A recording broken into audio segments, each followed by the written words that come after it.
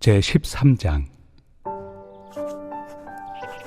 내가 이제 세 번째 너희에게 가리니 두세 증인의 입으로 말마다 확정하리라. 내가 이미 말하였거니와 지금 떠나 있으나 두 번째 대면하였을 때와 같이 전에 죄 지은 자들과 그 남은 모든 사람에게 미리 말하노니 내가 다시 가면 용서하지 아니하리라. 이는 그리스도께서 내 안에서 말씀하시는 증거를 너희가 구함이니 그는 너희에게 대하여 약하지 않고 도리어 너희 안에서 강하시니라. 그리스도께서 약하심으로 십자가에 못 박히셨으나 하나님의 능력으로 살아계시니 우리도 그 안에서 약하나 너희에게 대하여 하나님의 능력으로 그와 함께 살리라. 너희는 믿음 안에 있는가? 너희 자신을 시험하고 너희 자신을 확증하라. 예수 그리스도께서 너희 안에 계신 줄을 너희가 스스로 알지 못하느냐? 그렇지 않으면 너희는 버림받은 자니라. 우리가 버림받은 자 되지 아니한 것을 너희가 알기를 내가 바라고, 우리가 하나님께서 너희로 악을 조금도 행하지 않게 하시기를 구하노니 이는 우리가 옳은 자임을 나타내고자 함이 아니라 오직 우리는 버림받은 자 같을지라도 너희는 선을 행하게 하고자 함이라. 우리는 진리를 거슬러 아무것도 할 수 없고 오직 진리를 위할 뿐이니 우리가 약할 때 너희가 강한 것을 기뻐하고 또 이것을 위하여 구하니 곧 너희가 온전하게 되는 것이다. 그러므로 내가 떠나 있을 때 이렇게 쓰는 것은 대면할 때 주께서 너희를 넘어뜨리려 하지 않고 세우리 하여 내게 주신 그 권한을 따라 엄하지 않게 하려 함이라. 마지막으로 말하노니 형제들아, 기뻐하라. 온전하게 되며 위로를 받으며 마음을 같이하며 평안할지어다. 또 사랑과 평강의 하나님이 너희와 함께 계시리라. 거룩하게 입맞춤으로 서로 문안하라. 모든 성도가 너희에게 문안하느니라. 주 예수 그리스도의 은혜와 하나님의 사랑과 성령의 교통하심이 너희 무리와 함께 있을지어다. 아멘.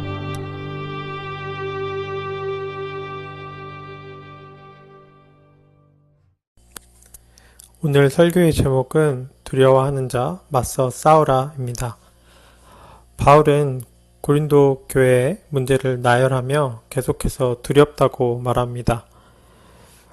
하나님 일에 누구보다 수많은 고난을 겪었고 자신의 목숨을 돌보지 않고 모든 것을 다해 사역했던 바울이 두렵다고 고백하는 것이 저는 어색하고 낯설기까지 합니다. 바울이 말하고 있는 이 두려움과 염려가 무엇인지 오늘 말씀을 통해 살펴보기 원합니다. 바울은 고린도 후서 10장부터 13장에 걸쳐 자신의 사도권에 대한 변론을 펼칩니다. 그리고 13장에 이르러 내가 곧 다시 고린도 교회를 방문할 것이며 내가 도착하기 전에 너희가 가지고 있는 문제들에서 돌이키라, 회개하라 엄중히 경고합니다. 바울이 말하는 당시 고린도 교회의 문제는 12장 말미에 다음과 같이 기록되어 있습니다. 내가 갈 때 내가 여러분에게 기대했던 모습을 찾지 못하거나 여러분이 나에게 기대했던 모습을 찾지 못할까 두렵습니다. 여러분 중에 말다툼과 시기와 분냄과 편가름과 중상모략과 남의 말하기와 거만함과 무질서가 있을까 두렵습니다. 내가 다시 갈 때 하나님께서 여러분 앞에서 나를 낮추실까 두렵습니다.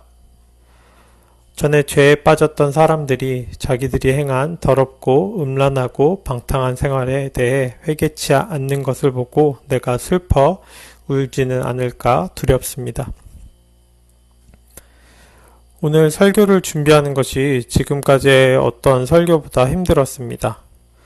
본문을 계속 반복해서 읽고 들었는데 그러면 그럴수록 마음은 더 무거워지고 답답해지기만 했습니다. 말씀을 묵상하는데 우울하고 마음이 먹먹한 것은 참 이상한 일입니다. 그래서 이 말씀을 놓고 기도하는 중에 갑자기 6년 전에 있었던 일이 떠올랐고 왜 제 마음이 먹먹했는가를 알게 되었습니다. 제가 신학교를 오고 전도사로 처음 사역했던 곳은 휴스턴에 있는 청년부였습니다. 사역자로는 처음 맡은 사역이었고 당연히 모든 것이 서툴렀습니다. 그저 넘치는 열정으로 사역을 할 때였습니다. 신학교는 달라스에 있고 교회는 휴스턴에 있으니 매주 왕복 10시간 정도 장거리 운전을 해야 했고 학업도 병행했고 가정이 있으니 부수적으로 일을 해서 생활비를 충당해야 했습니다. 일주일에 반은 휴스턴에, 반은 달라스에서 지냈고 그런 생활이 1년 반 이상 지속되자 건강도 굉장히 안 좋아졌습니다. 그럼에도 견딜 수 있었던 것은 저를 아들처럼 사랑하고 아껴주는 성도들이 있었고 항상 제게 많은 것을 가르쳐주고 격려해주는 담임 목사님 그리고 형제같이 가까웠던 청년들이 있었기 때문입니다. 그런데 저를 혼돈과 어려움에 빠뜨리는 한 청년이 등장합니다. 그냥 편의상 제 이름인 동엽 형제라고 부르겠습니다. 이 동엽 형제가 청년부에 출석한 지 얼마 안 되었는데 소그룹 리더를 하고 싶어 합니다. 그래서 저는 당연히 거절했습니다. 아직 이 형제가 어떠한 믿음을 가졌는지 전혀 알 수 없었기 때문입니다. 그래서 결국은 리더가 아닌 목원으로 한 목장에 들어갑니다. 그런데 그 이후에 몇 개의 컴플레인이 들어옵니다. 그 목장 리더인 자매가 이 동엽 형제 때문에 너무 힘들다. 소그룹 성경 공부가 진행이 힘들 정도로 자신이 가르치려 하고 통제하려 한다. 그리고 다른 그 소그룹 자매와도 계속 마찰이 있고 또 소그룹뿐만 아니라 미디어 팀장인 형제한테도 가서 예배 PPT 폰트부터 5만 가지 다 간섭을 한다는 컴플레인들이 접수됩니다. 그래서 오늘 본문 1절 말씀처럼 두세 증인의 입으로 확증이 되었죠. 그래서 이 동엽 형제의 말도 들어봐야 하니 따로 식당에서 만났습니다. 제가 당시 29이었고 이 형제가 저보다 나이가 몇 살 더 많았습니다. 동엽 형제가 먼저 입을 엽니다. 저의 사역자로서의 자질에 대한 신랄한 비판을 쏟아붓습니다. 근데 별로 상처가 되지는 않았습니다. 처음 하는 청년부 사역인데 부족한 게 당연하니까요. 그런데 이어진 동엽 형제의 말이 제 마음을 요동치게 합니다. 전도사님, 내가 지금까지 다 한 이야기가 다 나한테서 나온 게 아니라 청년부 리더들하고 내가 개인적으로 얘기한 거를 종합해서 얘기하는 거예요. 다들 나한테 컴플레인 하니까 내가 대표로 얘기하는 겁니다. 이 얘기를 들으니까 잠깐 이렇게 멍하더라고요. 그럴 리는 없다고 생각했지만 한편으로 혹시 정말이라는 생각이 드는 겁니다. 내 모든 것이 부정당하는 느낌. 하나님의 부름을 받아 직장도 안정된 삶도 다 포기했는데 몸이 망가지고 힘들어도 달라스에서 매주 휴스턴을 오고 가는데 내가 사역자로 자격이 없다고?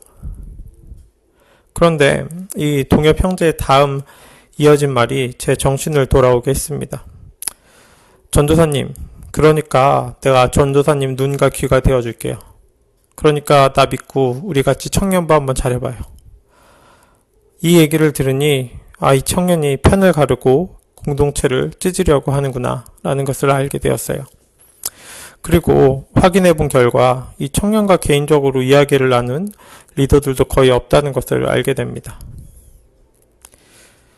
오늘 본문에서 바로 바울이 두려워했던 문제들, 말다툼과 시기와 분냄과 편가름과 중상모략과 남의 말하기와 거만함과 무질서, 이 모든 것들의 원인이 거짓 사도들로 인해 마음이 나뉘어버린 고린도 교회의 모습인 것입니다. 교회의 수많은 문제의 원인이 된 거짓 사도들의 가짜 복음은 바울이 전한 그리스도의 복음을 왜곡시키고 다시 유대교의 율법주의로 돌아가게 하는 것, 마치 잡상인처럼 복음을 이익의 통로로 사용하고 교인들을 착취하는 것입니다. 그러기 위해서 거짓 사도들이 고린도 교회에서 했던 것이 바로 사울의 사도됨을 부정하는 것입니다. 그래서 고린도 후서에서 이토록 바울은 철저히 그리고 정말 처절해 보일 정도로 자신의 사도권을 변론하고 있는 것입니다. 바울의 사도권은 그의 명예나 자존심의 문제가 아닙니다.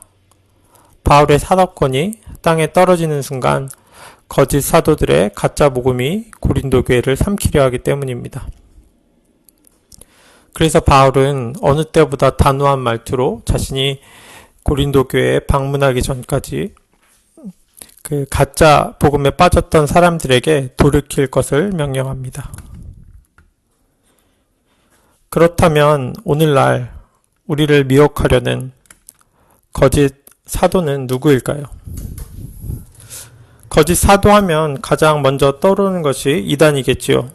하지만 오늘날에는 이단보다 더 빠르고 강한 거짓 교사가 있습니다. 코로나가 터지고 집에 있는 시간이 늘어나면서 가장 큰 수혜를 입은 것이 유튜브나 넷플릭스 같은 미디어 플랫폼이라고 합니다.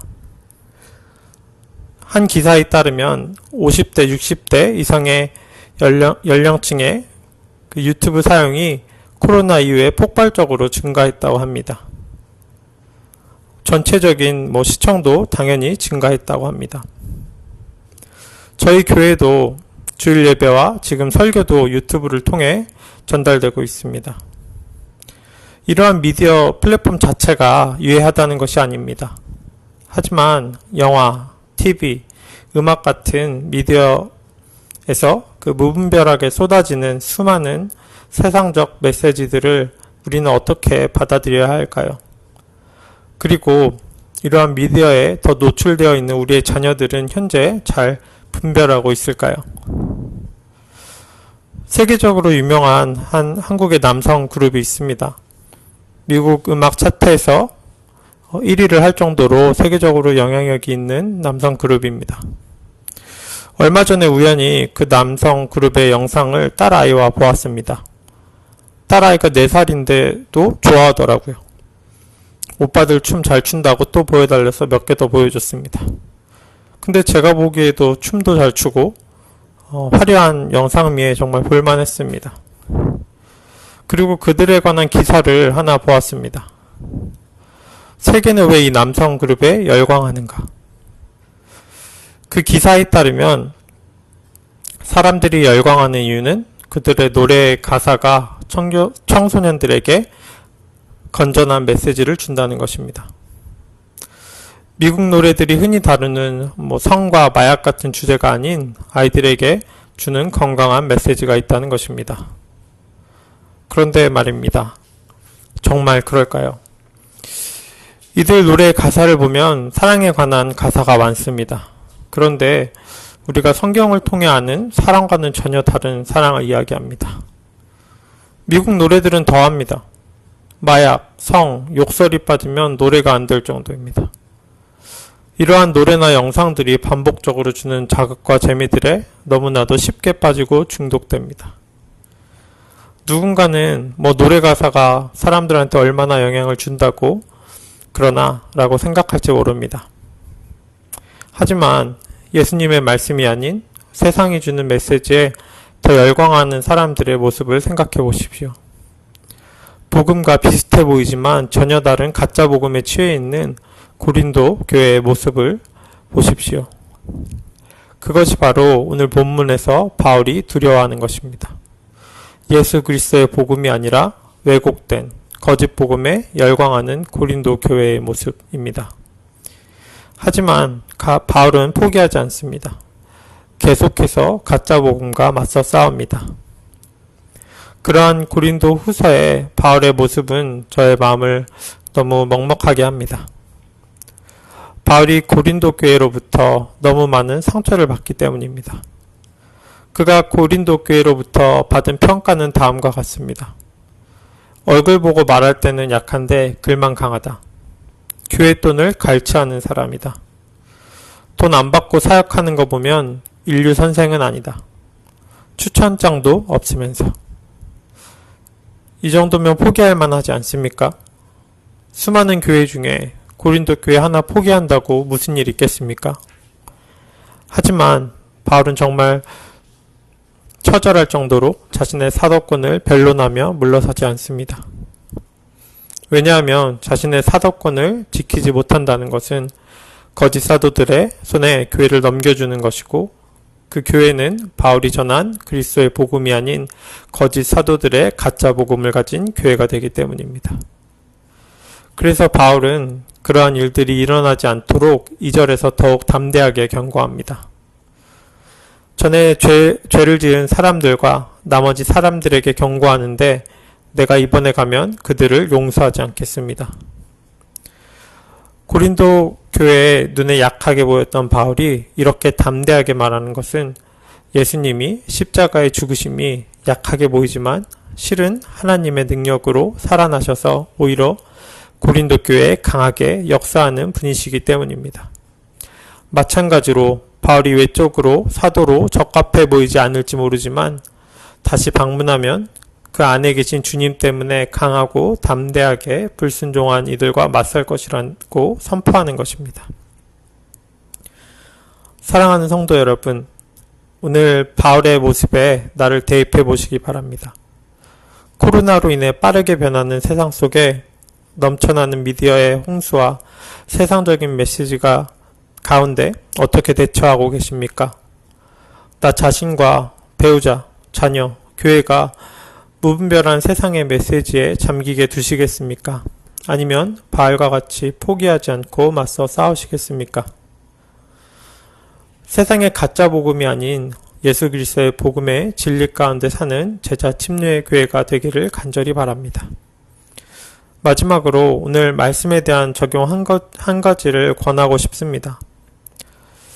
그저께 주일 주보를 보시면 주일 설교에 대한 나눔 질문들이 있습니다. 이를 꼭 가정에서 나누어 보셨으면 좋겠습니다. 만날 수 없고 교회 모임이 활성화되지 않은 시점에서 가정만큼 말씀을 나누기 좋은 장소는 없습니다. 코로나를 기회로 스스로가 믿음 안에 있는지, 예수 그리스도가 가정 안에 계신지를 시험하고 확증할 수 있는 귀한 시간 되시기 바랍니다. 그리하여 세상 메시지의 홍수가 아니라 하나님 말씀 가운데 잠기는 공동체가 되기를 축원드립니다. 기도드리겠습니다. 사랑이 많으신 주님, 오늘도 말씀 허락하시고 우리와 교제하여 주심에 감사드립니다. 오늘 바알과 같은 믿음이 저희 가운데 있기 원합니다. 자신이 사랑하는 교회에서 배척당하였지만 끝까지 포기하지 않고 거짓 사도들과 맞서 싸웠던 바울의 모습처럼 세상의 무분별한 메시지와 담대히 맞서 싸우기 원합니다. 세상이 주는 메시지에 미혹되지 않게 하여 주시옵고 하나님의 말씀이 꿀송이 같이 달아 저희 영혼을 치유하게 하여 주시옵소서. 길고 긴 코로나에 낙담하지 않게 하시고 약할 때 강함 되시는 예수님의 능력으로 이 시간 잘 견디고 아버지와 더욱 깊은 관계로 들어갈 수 있는 제자 침례교회 되도록 축복하여 주세요. 감사드리오며 예수 그리스도의 이름으로 기도드렸나이다. 아멘.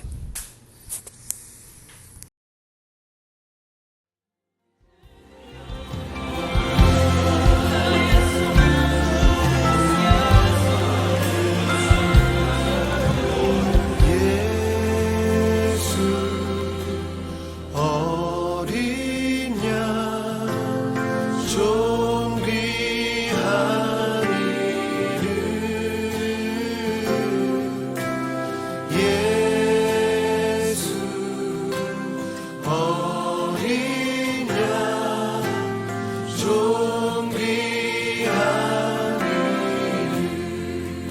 예수 어린 양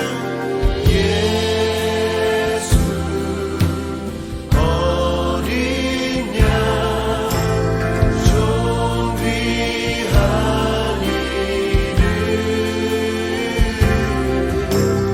예수 어린 양 좀 귀한 이름